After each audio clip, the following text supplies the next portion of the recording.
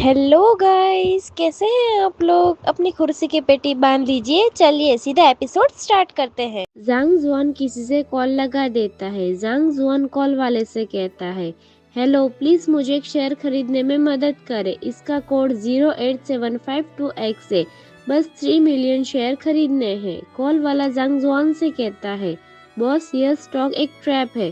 3 million मत डालो, ज्यादा से ज्यादा 1 मिलियन डालो। 3 मिलियन से इसकी लिमिट ब्रेक हो जाएगी और हम अपना सारा पैसा खो देंगे। फिर जांग जुआन अपना फोन टेबल पर रखता है और अभी भी कॉल कट नहीं हुई होती है और वो लड़का सामने बैठा हुआ अभी भी अपने आईपैड में देखता हुआ हंस रहा होता है। जांग जुआन फोन वाले से कहता है, हाँ, तुम बस इसे खरीद लो। कॉल वाला जांग जुआन से कहता है, हाँ बॉस।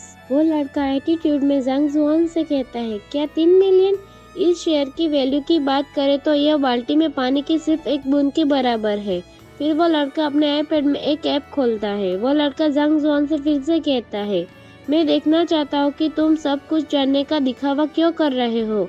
मैं जिस स्टॉक की बात कर रहा हूँ उसके बारे में। और फिर वो अपनी बात पूरी भी नहीं करता और आईपैड में शेयर के चार्ट को देखता है तो वो स्टॉक नीचे गिर चुका होता है और इसे देखकर वह लड़का चौंक जाता है। वह लड़का चिल्लाते हुए कहता है, ये तो इम्पॉसिबल है।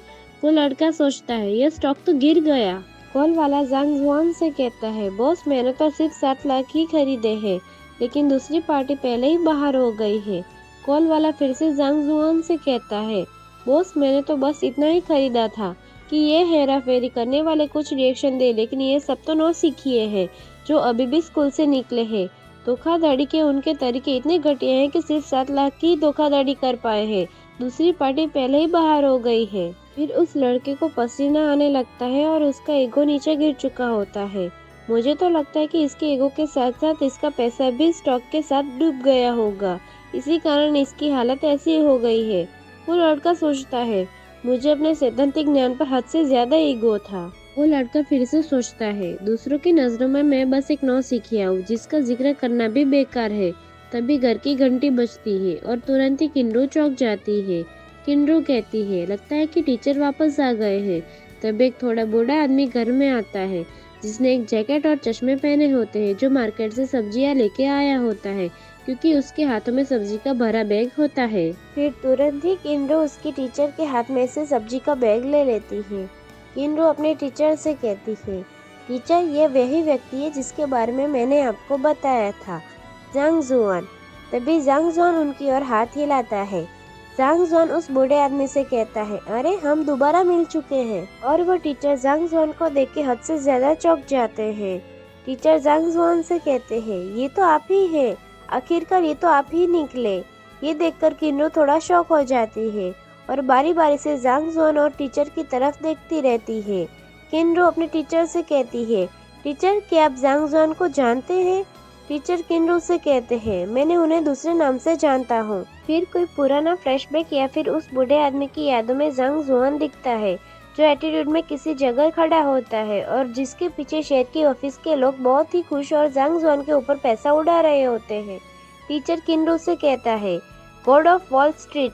अगले सीन में जांग जुआन सिटी के बीच रास्ते में खड़ा है और पैसे बरस रहे हैं। मेरे ख्याल से यह न्यूयॉर्क या फिर पेरिस सिटी होनी चाहिए, मुझे तो देख के यही लग रहा है। टीचर किन्नू से कहता है, यह नाम इंटरनेशनल फाइनेंशियल क्राइसिस के दौरान जाना जाता था। उन्होंने महज $13 लाख से 2 महीने में $150 मिलियन कमा लिए थे। ये सुनकर वह लड़का और किन्नू दोनों चौंक जाते हैं। सच कहूँ तो यह बात सुनकर मैं खुद चौंकी हुई हूँ कि इतना अमीर इंसान बेकार घर जमाई बन के क्यों रह रहा है। चलो बिना बकवास की कहानी पर वापस आ जाते हैं, जहाँ वो दोनों चौंके हुए होते हैं और वही जांग जुआन अभी भी शांत बैठा मुस्कुरा रहा होता है। टीचर किंडो से कहते, the stables the hedge fund अब विश्व में प्रथम स्थान पर है। यह व्यक्ति वॉल स्ट्रीट के सबसे बड़े दिग्गज है। अपने करियर में पीक पर इन्होंने अपनी सारी संपत्ति गरीब बच्चों की मदद के लिए दान कर दी थी। ये वाकई सराहनीय है। ये सुनकर किंड्रू चौंक जाती है। किंड्रू कहती है, क्या इन्होंने सब कुछ दान कर दिया है? ये सुनकर उस लड़के के पैरों तले जमीन खिसक जाती है। मुझे तो लगता है कि यह मन ही मन सोचता होगा कि गलती से ईगो से इस व्यक्ति को दिखा दिया जिससे जूड़े की धूल भी इसकी ईगो से ज्यादा कीमती होगी। वो लड़का कहता है, क्या गॉड ऑफ वॉल स्ट्रीट? फिर अगले ही दिन सुबह का सीन दिखता है, जिसकी शुरुआत इंजोउ एरिया के स्वान लेक टाउन विला से होती है, जहाँ एक विला में सोंग ताओ नीचे घुटनों पर बैठा होता है और कोई बुरे बाल वाला आदमी या लड़का उसकी ओर कुछ फेंकता है जो जमीन पर लग के टूट जाता है। बुरे बाल वाला चिल्लाते हुए सोंग ताओ से कहता है, तुमने यह भी बर्बाद कर दिया, क्या तुम इतना छोटा सा काम भी नहीं कर सकते हो? सोंग ताओ उस लड़की से कहता है, यंग मास्टर लिन, लिन किहान के पति ही इसके लिए जिम्मेदार है, इसमें मेरी कोई भी गलती नहीं है। सोंग ताओ फिर से उस लड़के से कहता है, यह व्यक्ति वास्तव में संगीत का कलाकार है, उसने मेरी सारी योजना एक पल में चौपट कर दी। वो बुरे बाल वाला लिन वेई होता है, लगता है यह लिन किहान का कोई कजिन या रिश्तेदार है। लिन वेई सोंग ताओ से कहता है, क्या आर्टिस्ट एक म्यूजिशियन? ऐसा कहते हुए लिन वेई गुस्सा होकर सोंग ताओ की तरफ आगे बढ़ने लगता है, फिर उस सोंग ताओ को लात से मारने लगता है। लिन वेई सोंग ताओ से कहता है, मुझसे पंगा मत लो। लिन वेई फिर से सोंग ताओ से कहता है, वो तो बस एक कचरा व्यक्ति है, एक बेकार कुत्ता जो हमारे लिन परिवार का हिस्सा बन गया। फिर लगता है कि जैसे लिन वेई जमीन पर बैठकर सोंग ताओ के पास आके गुस्से में जैसे उसको डरा रहा हो। लिन वेई सोंग ताओ से कहता है, यह तुम्हारा आखिरी मौका है, मैं तुम्हें एक वीक का समय दूंगा। मुझे परवाह नहीं है कि तुम कौन सा तरीका अपनाते हो, मैं चाहता हूँ कि तुम लिन कियान की रेपुटेशन को मिट्टी में मिला दो। फिर लिन वेई ने सोंग ताओ के कंधे पर अपना पैर रखा हुआ होता है।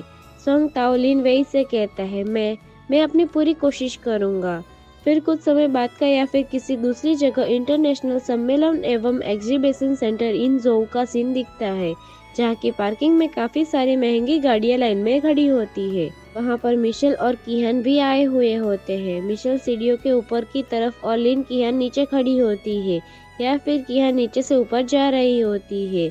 मिशेल किहान से कहती है, किहान अगर तुम इसे प्रोफेशनल ऑफिस आउटफिट में जाओगे तो कोई भी तुम्हें देख के तुम्हारे इरादे समझ जाएगा। फिर लिन किहान गुस्से में मिशेल को वही पीछे छोड़कर जाने लगती है और मिशेल भागते हुए पीछे से किहान के पास आने लगती है। मिशेल किहान से कहती है, आज आर्क फैंग का बॉस उन लोगों से घिरा हुआ है जो उसे कॉपरेशन की बातचीत करना चाहते हैं। मिशेल फिर से किहान से कहती है, इसीलिए आपको कुछ हद तक दिखावा करना होगा और ऐसे दिखावे से फिर आप जो चाहे वो कर सकते हैं। ऐसे कामों में जल्दबाजी न करें। मिशेल की यह बात सुनकर फिर लिन किहान आगे बढ़ते हुए रुक जाती है और पीछे सर घुमाकर गुस्से में मिशेल को देखते हुए कहती है, कोई जानबूझकर कम समय में लिन परिवार को निशाना बना रहा है। कई पार्टनर्स ने तो फंड को निकाल लिया है। तभी लिन किहान तेजी से जाने लगती है और मिशेल वही खड़ी सोचती रह जाती है। लिन किहान जाते हुए मिशेल से कहती है, आर्क जियान प्रोविंस का सबसे बड़ा इन्वेस्टर है, तो अगर मैं उसके साथ कोऑपरेशन एग्रीमेंट कर लेती हूँ तो लिन परिवार बच जाएगा। मिशेल सोचती है, किहान बहुत जल्दबाजी करती है, कोऑपरेशन बिल्कुल भी संभव नहीं है। मिशेल फिर से सोचती है, यह व्यक्ति इंजोउ के बिजनेस ग्रुप को प्रभावित कर सकता है। आज की पूरी प्रदर्शनी लगभग उन्हीं को समर्पित थी। फिर मिशेल वहाँ खड़े खड़े ही एक कॉल लगाती है। मिशेल कहती है, जांग जुआन जल्दी से जल्दी कन्वेंशन सेंटर में आ जाओ। आज का अपना सफर यहीं तक का था। अब फिर मिलेंगे नेक्स्ट एपिसोड के साथ। Thanks for watching our videos. Please like and subscribe guys.